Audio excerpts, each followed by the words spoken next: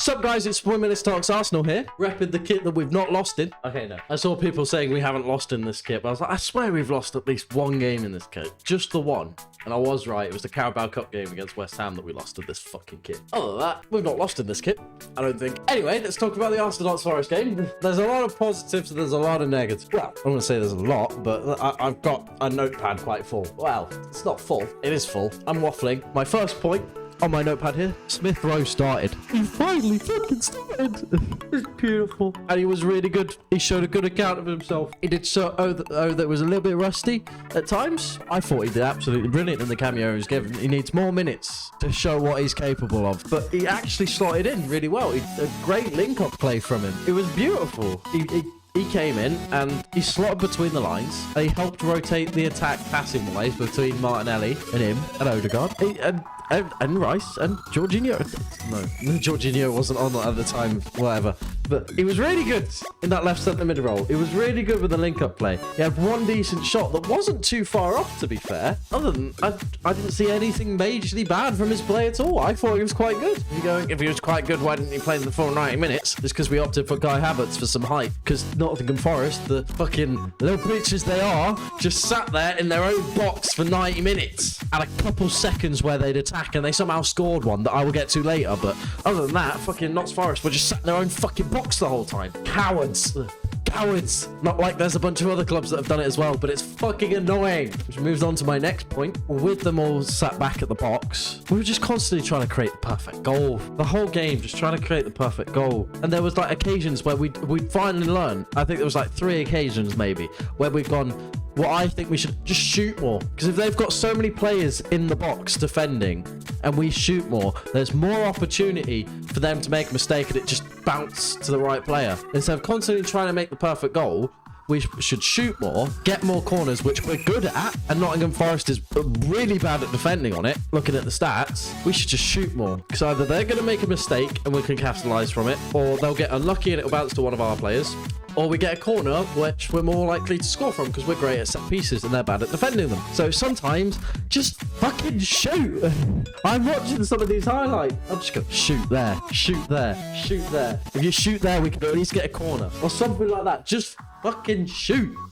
We don't need the perfect goal, although it would look amazing getting the perfect goal. Fucking hell. Gabriel Jesus hit the fucking post, trying to make the perfect goal. That was almost the perfect goal, but he hit the post. It's just shoot more. And in terms of Notts Forest, just sat back all the time. If we shot more, especially during that first half where they couldn't leave their half to save their lives. We just shot, just shoot. Sometimes, yeah, just shoot. I made my point, just shoot. I would love to have seen Waters come off the bench as well, seeing a Smith Rowe player, but unfortunately it wasn't to be. Because we decided to make it fucking awkward.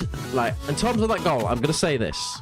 Before I say it, I'm not going to flame Zinchenko and send hate his way or anything like that. Because A, he's an Arsenal player. B, we look so much better with him than without. So even if that goal I'm putting primarily down to Zinchenko as the reason we conceded it, we don't look as good attacking without him.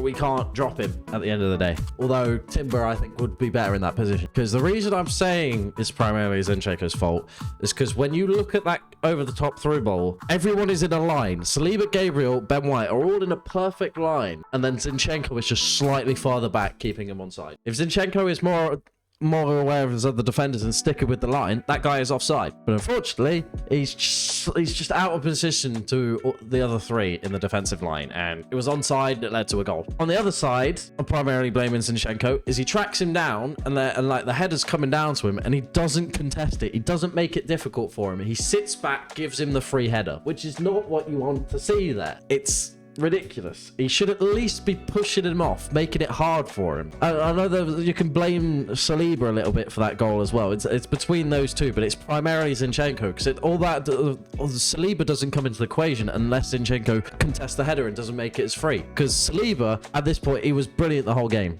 Absolutely brilliant, did his job perfectly. It's just a little lapse of concentration, I think, at the end to misjudge the distance. But again, that wouldn't happen if Zinchenko either stuck with the line to keep the offside going or fucking at least contested the header so it wasn't as easy for him to get the header. The Notts Forest player, whoever it was. Because after that, it was way too scrappy. Shouldn't have been as close as it was. Fucking lit a spark under Notts Forest. We just had to fucking hold on. There's just a lack of concentration to see out the game from Saliba. And maybe Zinchenko was a lack of concentration, but that seems to happen a lot defensively for him. But once again, we're not that good at attacking unless he's there. I'd love to see Timber go in there. I want to see Timber back, and we're getting closer and closer to Timber back. On the other hand, is Zinchenko's game, brilliant. Quick quality throw in, absolutely great thinking from him.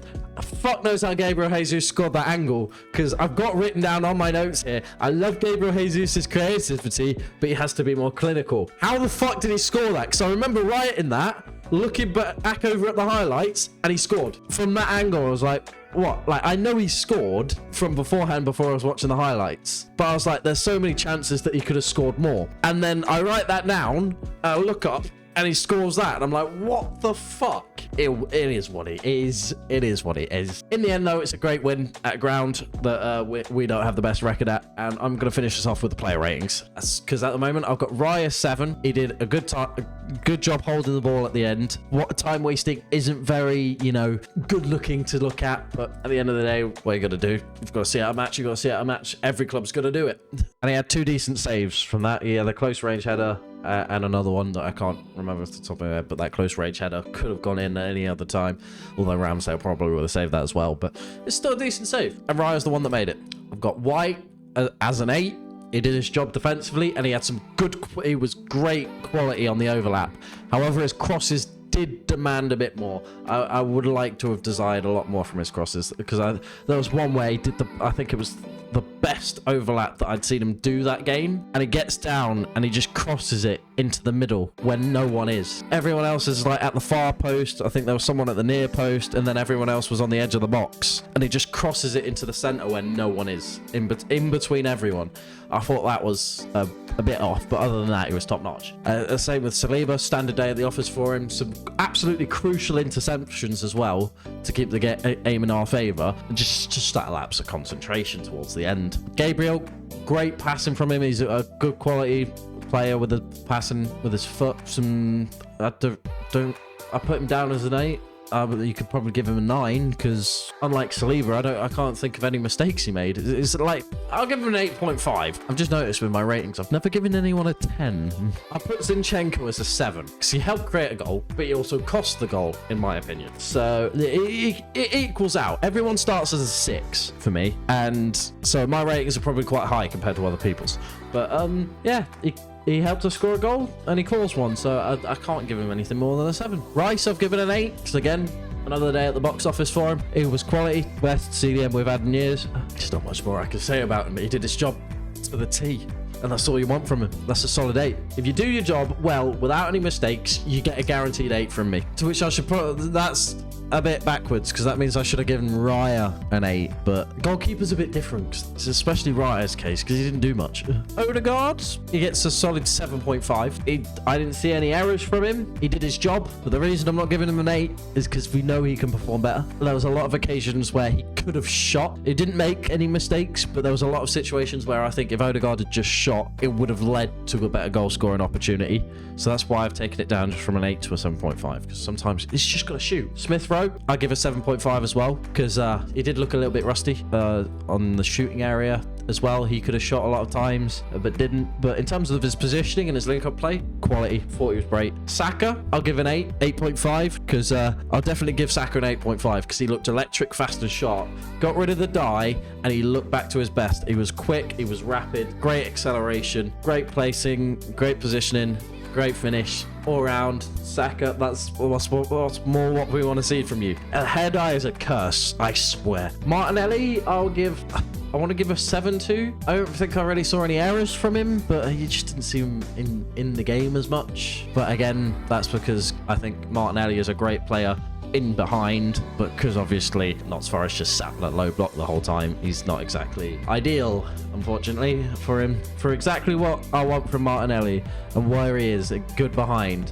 When you're playing against a low block, he just struggles. That's what I think. And then last in the starting 11, I'm giving Gabriel Jesus a 9, obviously, the best rating of the day, the man of the match. He got a goal and assist. What more can you ask from him? I don't remember any errors from him at all. He was great. He just needs to be more clinical at the end of the day. That's always been his problem though, and that's why we want a striker, because he's creative, he's top notch. He dribbles like R9, but then he can't shoot. I've seen that comparison all over Twitter as well, so that's where I've nabbed that from. But it's true. He gets into situations so well. He just doesn't fucking put it in the back of the net. I don't really want to I can't give a rating to Jorginho and Kiwior because they came on in the 90th minute, so they didn't have much opportunity to do anything. And Ketia, I don't think got involved in the game very well with the 12 minutes plus extra time that he got. Kai Havertz, he had some good link-up play for a goal, I'm pretty sure. I think that was him. I should really record these straight after watching the highlights instead of writing notes and then doing it the day after. But anyway, Havertz, I'll give an 8 because he got something in the 71st, so he had plenty of time to do something. So I think he did good. It was a good substitute. The height helped. And even though Trossard only got something in 78 minutes, he got way involved more into the game than Nketiah did, and did great in ball retention to keep hold of the ball and the possession in those final minutes that were a bit scrappy. Trossard was our best player defensively in those last 12 minutes, so I'll give Trossard an 8 as well. He was sensational in keeping that ball and keeping us alive, and we definitely saw out the game with help from him. It could have been a lot different without him, so I'll give him an 8 as well, and I thought that was a decent game for us. But obviously there's a lot of things we can still improve on. Arteta knows that, and we're still not at our best. And when we are at our best, everyone better be fucking scared. Now we're on to Liverpool, and hopefully it's okay. Especially because we're at home. Hopefully, in 3 days' time, we come out with a win. It'd be very nice. It'd be very nice. They've not got Mohamed Salah, but again, at the end of the day, it's still bloody Liverpool, and they've got a fucking spark under them because Klopp's leaving, and they just ashed Chelsea 4-1. So it'd be nice. It'd be nice. I've got my own kit ready, although I'm not at work. Fortunately, I don't have TV license because the UK suck, and I'm not paying for Sky Sports. So I might put on my own Arsenal shirt, and I might go to a pub or something to watch it. You never know. We're the British. We like football in pubs. We like alcohol, but I don't like alcohol. But they play football at the pub. So yeah, I'll be seeing you sooner or later to discuss that match, and hopefully it'll be a good discussion. I'll see you next time.